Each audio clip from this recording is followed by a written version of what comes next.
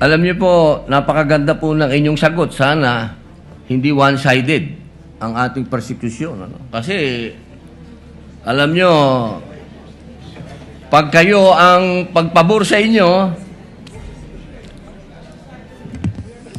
alam niyo, bawal po ang ginagawa. Kindly maintain Presiding order officer, within the bawal po court. ang ginagawa nitong nasa harap natin, nagkukomento. Kindly maintain order in the court. The Sergeant at Arms, by authority of the Senate President, is directed to kindly maintain. Hindi po order in the sila court. allowed mag-ingay. Korte po ito. Thank you. You may proceed, Senator Judge. Who was speaking? Ako po, You may proceed, Senator Judge. I was Padilla. interrupted. With due English. apologies. And then regarding naman po specifically yung comment ni Senator Padilla na sana daw hindi one-sided yung prosecution daw po. Ano po yung reaction doon since parang umingay po sa loob ng session hall when that was said? Well, with all due respect kay Senator Judge Robin Padilla, no? Apparently, this impeachment trial is adversarial. Maliwanag yun. Kaya merong prosecution is to establish the case. Kaya may defense is to defend the innocence of the respondent, no? So, it is very much anticipated that the prosecution is biased towards presenting the case. Presenting the evidence, no? Siguro mas nakakapagtaka pag naging neutral ang prosecution. At lalong nakakapagtaka kung i-defend namin yung respondent, no? So, I think Kong Jinky is very diplomatic, no? In her answer. Kasi ako, maginoo pero medyo bastos tayo. No? But I've always said that sometimes the Senate impeachment hearings are in black and white. And we're very appreciative that Senator Robin always brings color and surprise and excitement. It's as if, especially if he's the last one to manifest, nagigising po kaming lahat. Kanina talaga nagigising kaming lahat. At pinagalitan pa kami sa front row. So, may I use this opportunity to apologize to Senator Judge Robin. There was no intent to disrespect him. Kaya lang, syempre, pag lawyer ka at nasa litigation ka, i-emote ka mag-i-emote ka, no? Alam naman nila yung, hindi naman emote na drama, pero it is an instinctive reaction. There was really no intent to disrespect him when he said, lalong-lalo na yung mga nasa front row, nagtinginan kaming ganyan, yung pala kami yun, nasa front row. So, Senator Robin, sabi mo, kaibigan tayo, forgive na lang. Hindi na kami uulit dyan. Pero, the prosecution really is for the prosecution. And the defense is for the defense. Hindi ba? Ganun. As we say, it is the nature of the beast. Senator Judge must be the one who is neutral. Okay. Yung siguro sinasabing dapat neutral, that applies to Senator Judges. Ang quote dyan, talbog rin sa inyo. Talbog sa inyo.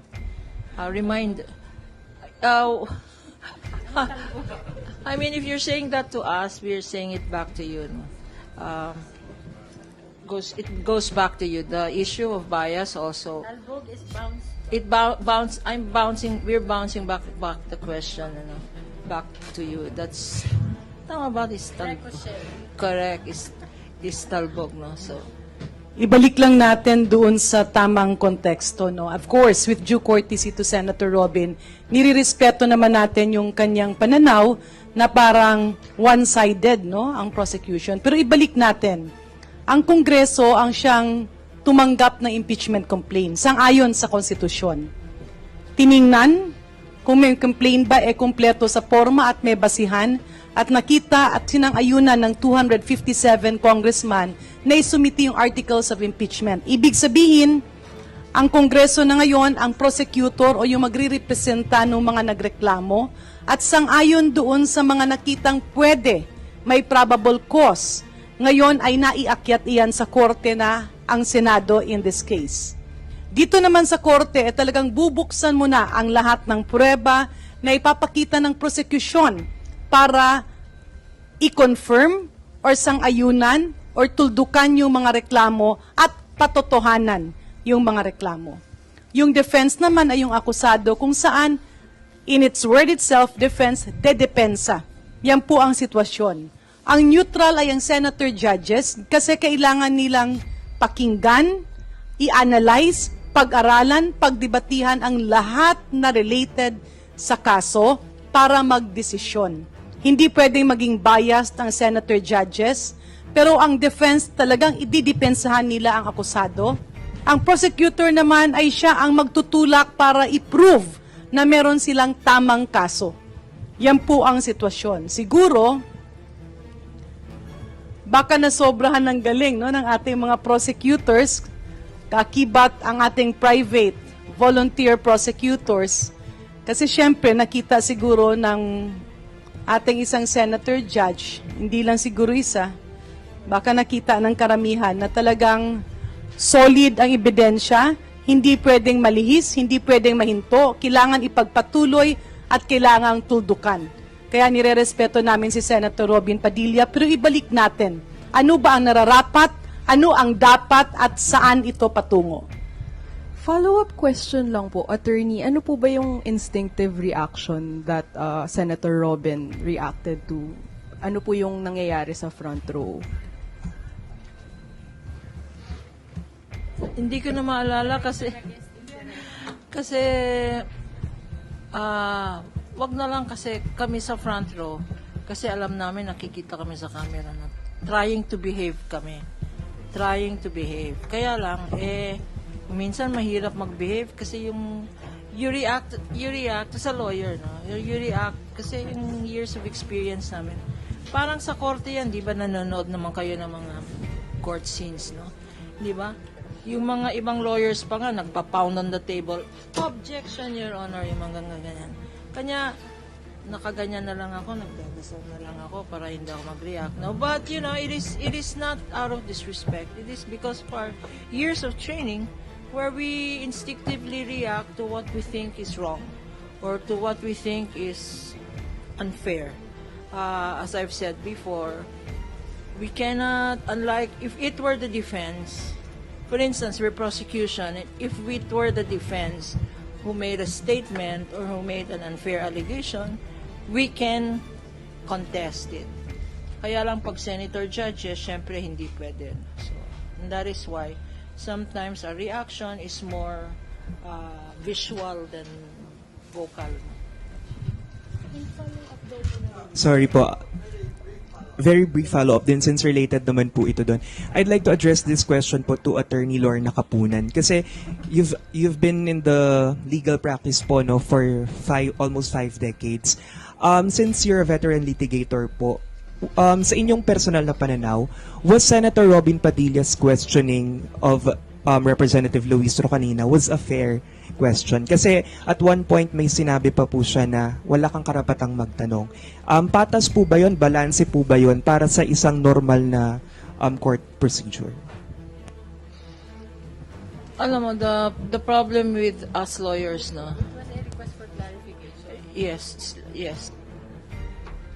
I didn't know exactly whether he was asking a question or he was manifesting. Kasi at one point, he was talking about the witnesses, our witnesses. And then suddenly, he was talking about the senators who have pending cases. That's why I tried to seek for clarification. Patas po ba yun, Attorney Kapunan? Let me just say this, no, as a general strategy, no. Alam nyo, sabi namin ng mga lawyers, if you are weak on the facts, argue on the laws. If you're weak on the law, if you're weak on the facts and the law, go against the person. So, ang nangyayari po ngayon, sana, if there is a perception that we're very strong on the facts. That's why nagsishift sila sa law. But now that it seems that there's also weakness in the law, nagsishift na ang defense sa personalities, no? Attacking the credibility of our witnesses, attacking some persons who are not even our witnesses, like to say that they committed crime or they are not worthy to be, they're not credible, no? Merong ang inatake na cited for perjury na hindi naman naming witness. And when that failed, there was an attack on our earlier two witnesses, saying that maniniwala ba kayo sa even the two earlier witnesses, no, who were credible and competent. The attack now was on their may conviction or may kaso and all that, which is why we very welcome the statement of Kong Jinky when she says they have been vetted and there are no pending cases or convictions against them. And citing the law also, Chair Jinky did say that pending case will not, if there is no conviction for a crime of moral turpitude, it will not affect your credibility as a witness.